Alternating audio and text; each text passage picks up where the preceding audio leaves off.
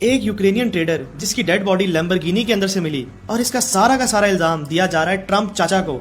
मैं कभी भी ट्रम्प को इसकी वजह नहीं समझता क्योंकि वजह वो खुद था। चलो मान लेते हैं कि वो इनसाइडर ट्रेडिंग थी, मान लेते हैं कि ट्रम्प ने मार्केट को मैनिपुलेट किया। क्या ये मार्केट पहली दफा मैनिपुलेट हुई? और ये आखिरी दफा भी नहीं थी। एक ट्रेडर का और एक इन्वेस्टर का काम हमेशा से अपने रिस्क को मैनेज करना होता है, और अगर आप लोगों से फंड लेते हैं और उसके ऊपर कोई रिस्क मैनेजमेंट नहीं करते और एट द एंड जब मार्केट फॉल करती है आप उसमें ट्रैप होके अपने सारे के सारे एसेट्स और अपनी सारी के सारे पोर्टफोलियो को लॉस कर देते हैं, तो इसके पीछे वजह आप हैं, ना कि ट्रम्प और ना कि कोई मार्केट को मैनिपुलेट करने वाला। क्योंकि trading is a game of hunting. कोई पैसे लूज करेगा तो ही कोई पैसे कमाएगा। तो मार्केट में मैनिपुलेशन चलती रहेगी। सिर्फ एक तरीके से एक ट्रेडर बच सकता है, and that is risk management. 9.4 billion dollar की लिक्विडेशन हुई क्रिप्टो मार्केट के अंदर, मतलब कि लोगों के लॉसेस हुए, और 125 बिलियन डॉलर तकरीबन मार्केट से ओवरऑल निकला। हमने इस चीज को डिस्कस कर लिया है कि इसकी वजह क्या थी। अब हमने ये समझना है कि हम आगे क्या कर सकते हैं। सबसे पहली चीज कि हमें समझना है कि हम एक ऐसी जगह पे आगे खड़े हो गए जहां पे बहुत ज्यादा अनसर्टेनिटी है।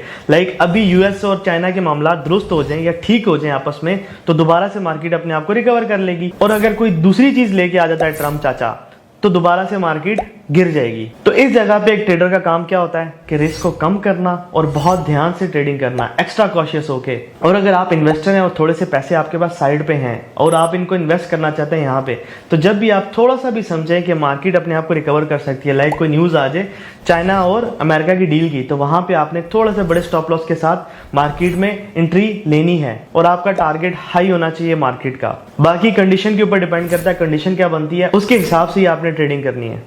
$1600 से रिचर्ड डेनिस ने स्टार्ट किया और $200 मिलियन में उसने उसको कन्वर्ट कर दिया।